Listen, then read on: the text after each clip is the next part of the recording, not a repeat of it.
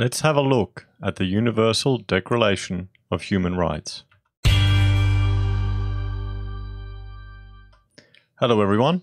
I thought we'd have a look at the Universal Declaration of Human Rights because I actually read through the entire thing. It's only a short document as part of Israel's sacking. Now that's why in the portion that I'm about to display, I'll jump off from his article and go through it. And I thought it would be valuable just to share it with you if you're not familiar with it. So guys, that's why this I may make reference to Israel's case, but it's a good example. And there's a lot in there. You know, this was ratified or accepted in 1948. So there's a generation there that had just struggled through the Second World War. Okay, and there's a lot in there that you can see a lot of organizations these days tend to ignore or have no respect for. Facebook for one, social media organizations for one. Governments all over the world are ignoring it. And, you know, don't be scared because it's the United Nations. It's actually a really good document. So let's go have a look. Let's have a look at the Universal Declaration of Human Rights, which Australia's accepted. Now, you have to understand, I've had this argument with a few people. A lot of libertarians are going, it's a private business. They can do what they want. Well, it's in his contract. He breached his contract. It's just that simple. But no, it's not. Okay? Without legal hierarchy, you've got, you know, acts and legislation up here. If something's written in there, you can't have an individual contract between, you know, you and someone else. That cannot take away rights from there. You know, if this is all-encompassing, this relationship here cannot take away rights that are above it. So I'd argue that if Australia accepts the Universal Declaration of Human Rights, this act is breaching some of these conditions. So let's have a look. We'll go through it now. Whereas recognition of the inherent dignity and of the equality and inalienable rights of all members of the human family is the foundation of freedom, justice, and peace in the world. Whereas disregard and contempt for human rights have resulted in barbarous acts which have outraged the consciousness of mankind, and the advent of a world in which human beings shall enjoy freedom of in which human beings shall enjoy freedom of speech and belief and freedom from fear and want has been proclaimed as the highest aspiration of the common people. Whereas it is essential, if man is not to be compelled to have recourse as a last resort to rebellion against tyranny and oppression, that human rights should be protected by the rule of law.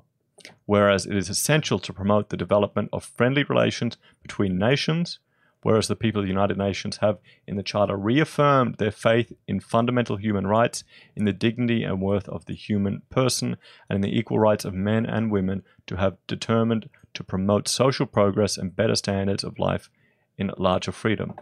Whereas member states have pledged themselves to achieve, in cooperation with the United States, the promotion of universal respect for and observance for human rights and fundamental freedoms, whereas a common understanding of these rights and freedoms is of the greatest importance for the full realization of this pledge. Now, therefore, the General Assembly proclaims this Universal Declaration of Human Rights as a common standard of achievement for all peoples and all nations, and to that end, and to the end that every individual and every organ of society, keeping this declaration constantly in mind, shall strive by teaching and education to promote respect for these rights and freedoms, and by progressive measures, national and international, to secure their universal and effective recognition and observance both among the people of member states themselves and among the people of territories under their jurisdiction. Okay? So I know I don't remember actually reading this at school at all. I know I went through it at university to justify some arguments against my greeny hippie lecturers. So Article 1, all human beings are born free and equal in dignity and rights. They are endowed with reason and conscience and should act towards one another in a spirit of brotherhood. Okay, you know, that seems fine. I would argue affirmative action and discrimination and moving away from a merit-based civilization would contravene Article 1, or the spirit of it.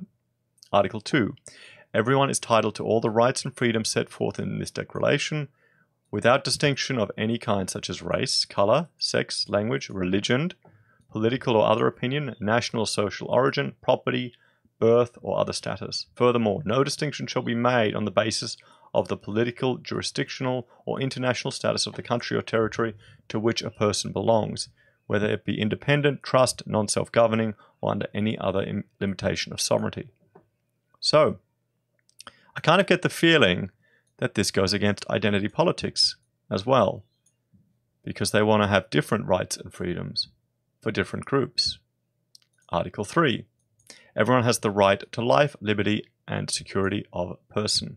Yes, and I think one should have the right to bear arms to ensure security of person. Article 4. No one shall be held in slavery or servitude. Slavery and the slave trade shall be prohibited in all their forms. Yep, good. Article 5. No one shall be subjugated to torture or to cruel, inhumane, or degrading treatment or punishment. Article 6. Everyone has the right to recognize everywhere. Everyone has the right to recognition everywhere as a person before the law. Article 7. All are equal before the law. There's nothing wrong with this so far.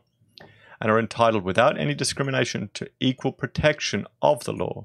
All are entitled to equal protection against any discrimination in the violation of this declaration and against any incitement to such discrimination.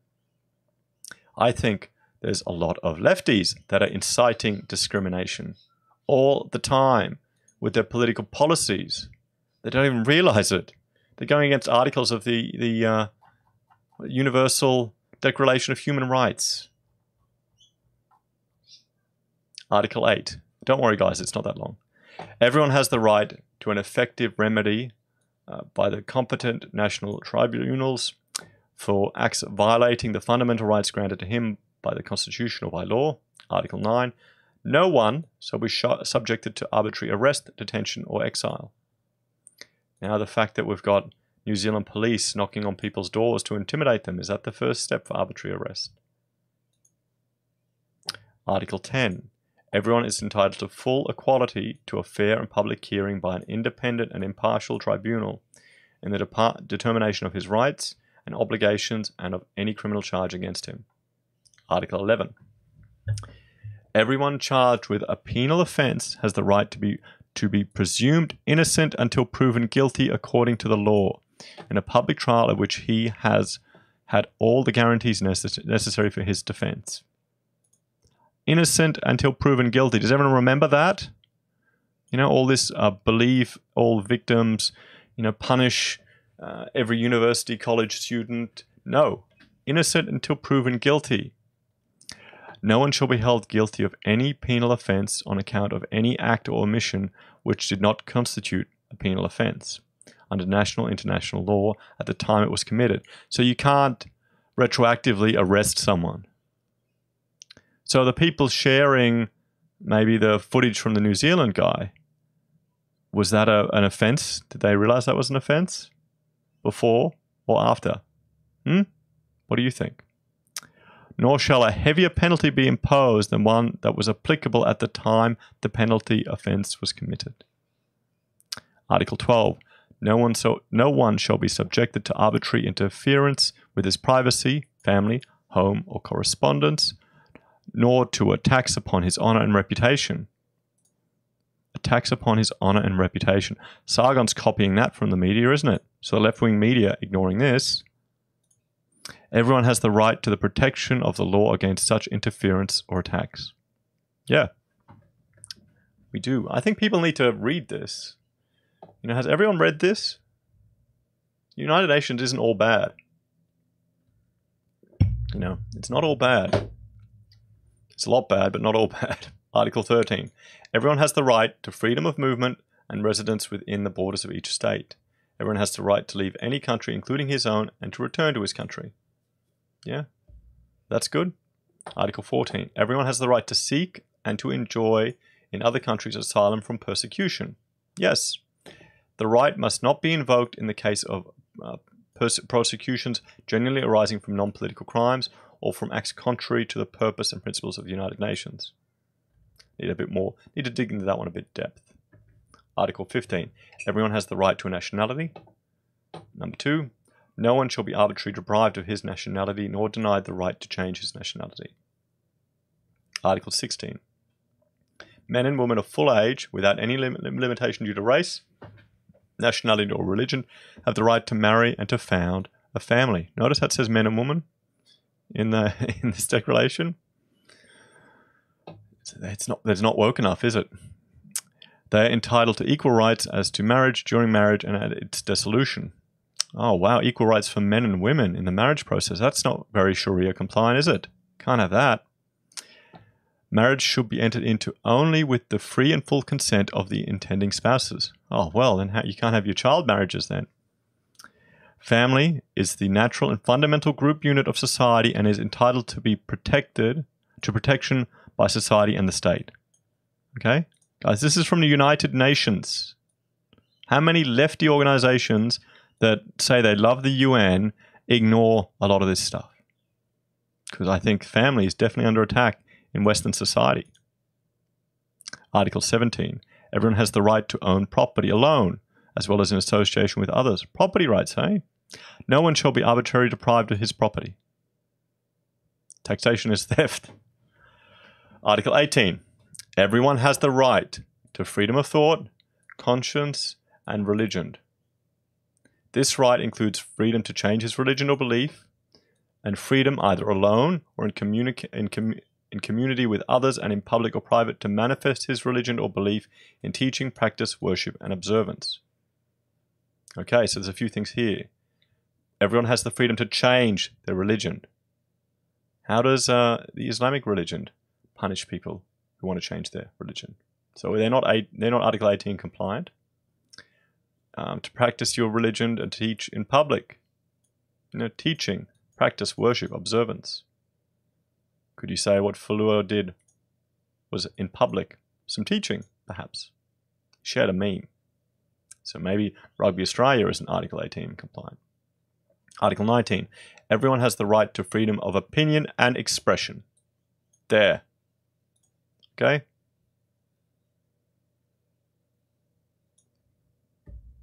This right includes freedom to hold opinions without interference,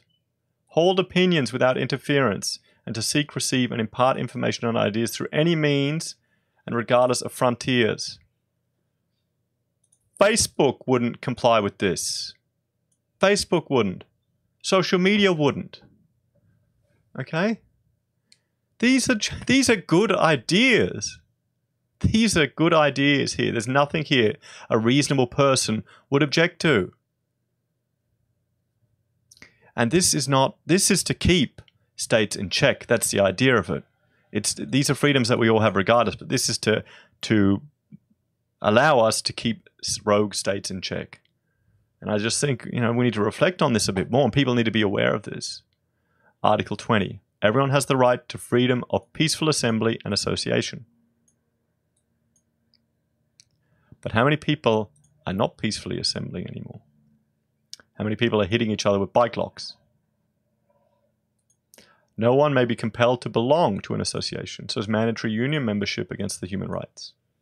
Maybe it is. Article 21. This takes me back. I haven't read this since my uni days. This is taking me back. Everyone, if this is the first time you've ever read this or heard it, give me a thumbs up. Because I've been doing a lot of reading the last few days. Everyone has the right to take part in the government of his country, directly or through freely chosen representatives. So look at the UK wanting to ban Sargon for a joke from running for office. So they want to go against Article 21. These lefty police state. This just shows you how authoritarian a lot of these countries are starting to become. How many of our rights, or how the states are impinging on what was considered by the UN General Assembly. Everyone has the right to equal access to public service in his country. The will of the people shall be the basis of the authority of government. This shall be expressed in periodic and genuine elections, which shall be by universal and equal suffrage, and shall be held by secret vote or by equivalent of free voting procedures. Democracy. Article 22. Everyone, as a member of society, has the right to social security and is entitled to realization through national effort and international cooperation and in accordance with the organization and resources of each state of the economic, social, and cultural rights indispensable for his dignity and the free development of his personality. So, social security for everyone. That's one I'd challenge. I would challenge. I don't think everyone has the right of it. I think that having a system in place to help people when they're down is necessary. I guess that's social security. Article 23. Everyone has the right to work, to free choice of employment, to just and favorable conditions of work, to protection against unemployment. Everyone, without any discrimination, has the right to equal pay for equal work. Yes. Yep. We have that. That exists. Okay? Remember, this is all document too. Everyone who works has the right to just and favorable remuneration, ensuring for himself and his family an existence worthy of human dignity, and supplemented, if necessary, by other means of social protection. Now, I don't really have an issue with that. I mean, that's fair and reasonable. No one would. You've got to remember, this is set for the whole world. So you're going to have people who are working below the poverty line and still working full time. Everyone has the right to form and join trade unions for the protection of his interests. Trade unions serve a valuable goal if they are not able to squash competition. The problem is they will remove competition. They'll have laws in place that don't allow people to get around the union and still work, and then they're just as bad. Just another gang. That's the danger there. Article 24. Everyone has the right to rest and leisure, including reasonable limitation of working hours and periodic holidays with pay. Yeah, I hate public holidays when I had staff, but sure. Article 25. Everyone has the right to a standard of living adequate for the health and well-being of himself and his family, including food, clothing, housing, and medical care and necessary social services, and the right to security in the event of unemployment, sickness, disability, widowhood, old age, or other lack of livelihood in circumstances beyond his control. Motherhood and childhood are entitled to special care and assistance. All children, whether born in or out of wedlock, shall enjoy the same social protection. We may have gone a bit far with what we're providing. Article 27. Everyone has the right to education. Education shall be free, at least in the elementary and fundamental stages. Elementary education shall be compulsory. Technical and professional education shall be made generally available, and higher education shall be equally accessible to all on the basis of merit. Basis of merit. Remember this? Guys, when the United Nations was talking about basis of merit, when social people were concerned about a merit-based society, I feel like I'm going back in time here. Education shall be directed to the full development of the human personality and to the strengths of respect for human rights and fundamental freedoms. It shall promote understanding, tolerance, and friendship among all nations, racial or religious groups, and shall further the activities of the United Nations for the maintenance of this peace.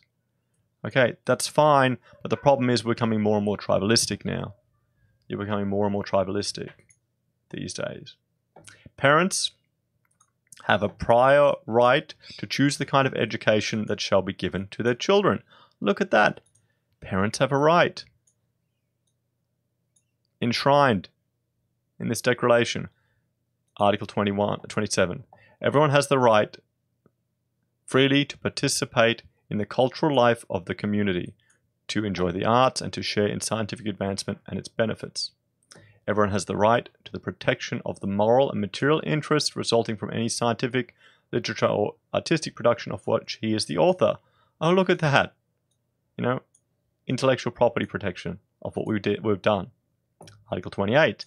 Everyone is entitled to a social and international order in which the rights and freedoms set forth in the direct declaration can be fully realized. Article 29. Everyone has duties to the community in which alone the free and full development of his personality is possible. 29.2. In the exercise of his rights and freedoms, everyone shall be subject only to such limitations as are determined by law solely for the purpose of securing due recognition and respect for the rights and freedoms of others, and of meeting the just requirements of morality, public order, and the general welfare in a democratic society. These rights and freedoms may in no case be exercised contrary to the purpose, principles of the UN. Article 30. That's the kicker. They'll probably change those principles. Nothing in this declaration may be interpreted as implying for any state, group, or person any rights to engage in any activity or to perform any act aimed at the destruction of any of the rights and freedoms set forth herein. So, what do you think, guys? What organizations do you think are not abiding by these rights? Let me know in the comments. I'll talk to you all next time. Bye for now.